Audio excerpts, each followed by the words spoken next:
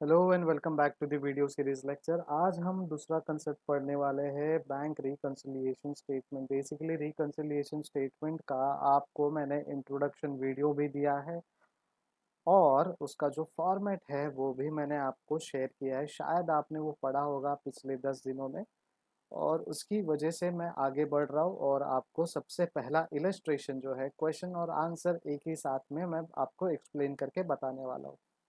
इसके बाद मैं क्या करूँगा, आपको सिर्फ एक पीडीएफ शेयर करूँगा और उसके बाद आपको वो सॉल्व करना है। मैं 3-4 सम जैसे हमने लास्ट टाइम कॉस्ट शीट के सॉल्व किए थे वैसे ही सॉल्व करके आपको मैं बताऊँगा, ठीक है, कि कौन सी चीज़ कहाँ से हमने ली, कैसे उसका इफेक्ट हुआ, राइट।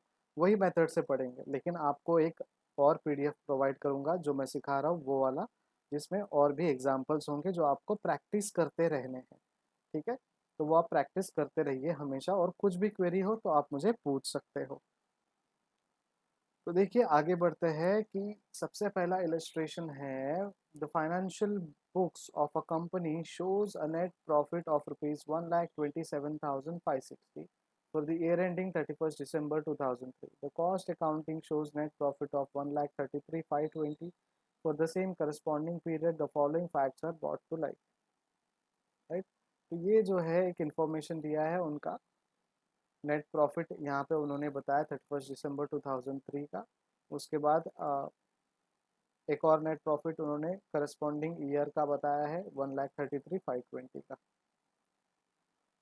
और पर्टिकुलर्स है, factory overheads under recovered in costing account, ठीक है। अंडर रिकवर्ड है यानी कम रिकवरी हुआ है इसका, ठीक है, 11,400। Administrative overhead over recovered in costing account 8,500। depreciation charged in financial account 7,320, depreciation recovered in cost accounting 7,900, interest received but not included in cost accounting 900, income tax debited in financial account 1200, bank interest credited financial account 460, store adjustment credited in financial account 840, rent charged in financial account 1720, dividend paid recorded in financial account 2400, loss of obsolescence charged in financial account 5200। ये है हमारे content, और कोई adjustment हमें नहीं दिया है। अब हमें क्या करना है, इन्होंने बोला है कि फाइनेंशियल बुक्स ऑफ कंपनी है जो नेट प्रॉफिट इतना बता रही है, ठीक है।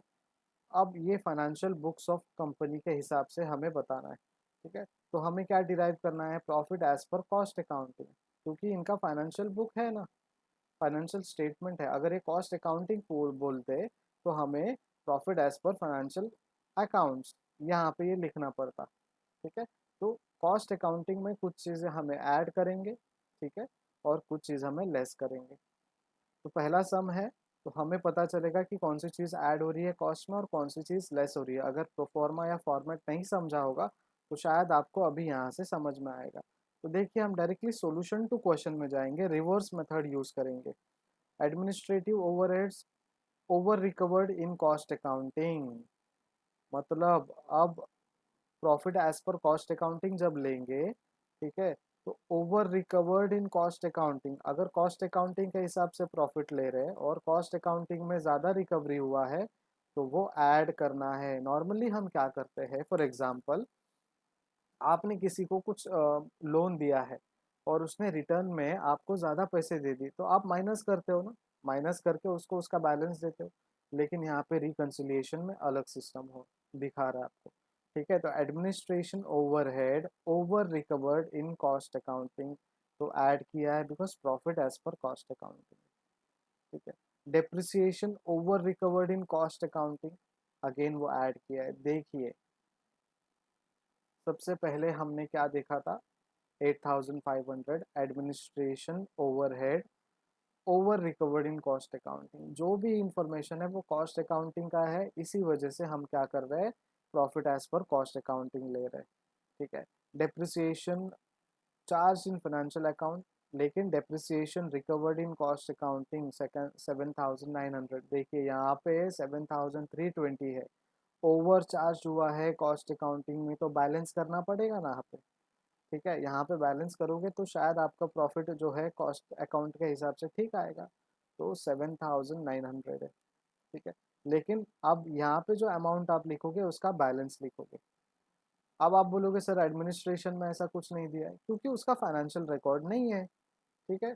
तो डायरेक्टली उनको लग रहा है कि 8,500 ओवर रिकवर्ड है, तो डायरेक्टली अमाउंट लेंगे हम लोग, ठीक है। और profit as per cost accounting हमें ऑलरेडी दिया है 1,33,320। यहाँ पे the cost account shows a net profit of 1,33,000। यहाँ पे the financial books of company जो पिछले साल का था, राइट।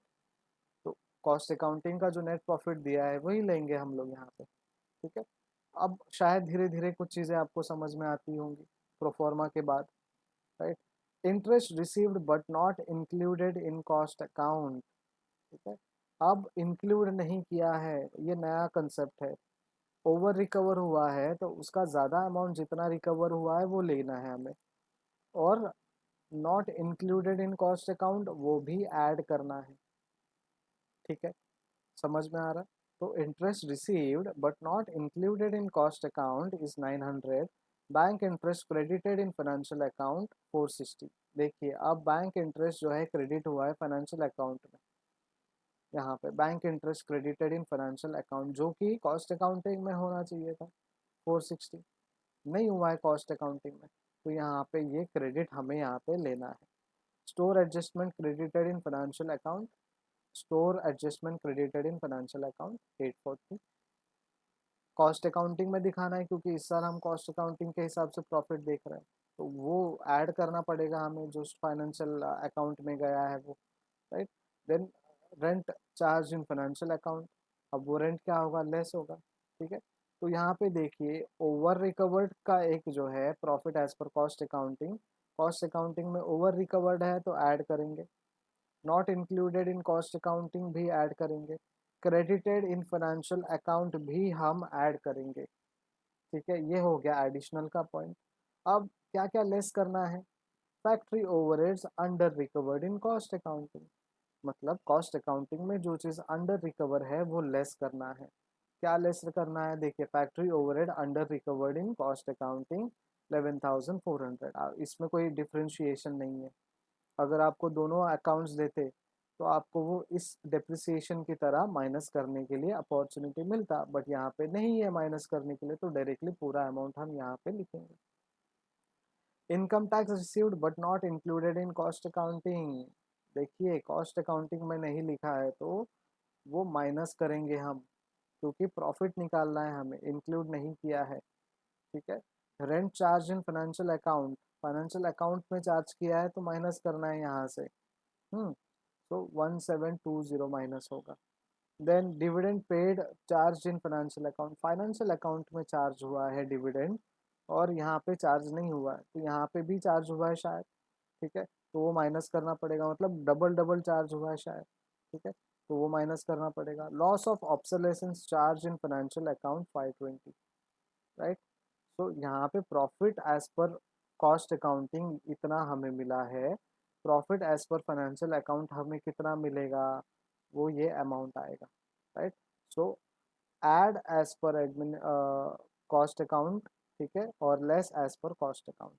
थोड़ा दिक्कत जाएगा समझने में, ठीक है, थोड़ा तकलीफ होगा शुरुआत में, लेकिन धीरे धीरे दो तीन सम तीन चार सम जैसे जैसे करते जाएंगे हम लोग को पता चलेगा। अगर आपने इंट्रोडक्टरी लेक्चर अच्छे से सुना है, प्रोफॉर्मा अच्छे से पढ़ा है, प्रोफॉर्मा में लॉजिक जो दिया है वो पढ़ा है, तो आपको ये सम सॉल्व करने में इजी रहेगा, ठीक है। तो एक बार कोशिश कीजिए। दूसरा एक और मैं वीडियो अपलोड करता हूँ सेकेंड इलस्ट्रेशन का, थर्ड इलस्ट्रेशन का। नहीं समझ में आ रहा है तो फिर आप क्वेरी पूछिए, पहले ही क्वेश्चन में आप क्वेरी पूछेंगे तो शायद आगे थोड़ा सा और डिफ़िकल्टी लेवल बढ़ सकता है, राइट। तो आप पहले सॉल्व करने की कोशिश कीजिए अपने तरफ से, जैसे कॉस्ट शीट का हमने मेथड यूज़ किया था वैसे ही मेथड यूज़ करेंगे, ठीक है। Thank you so much, keep watching and keep studying, bye bye.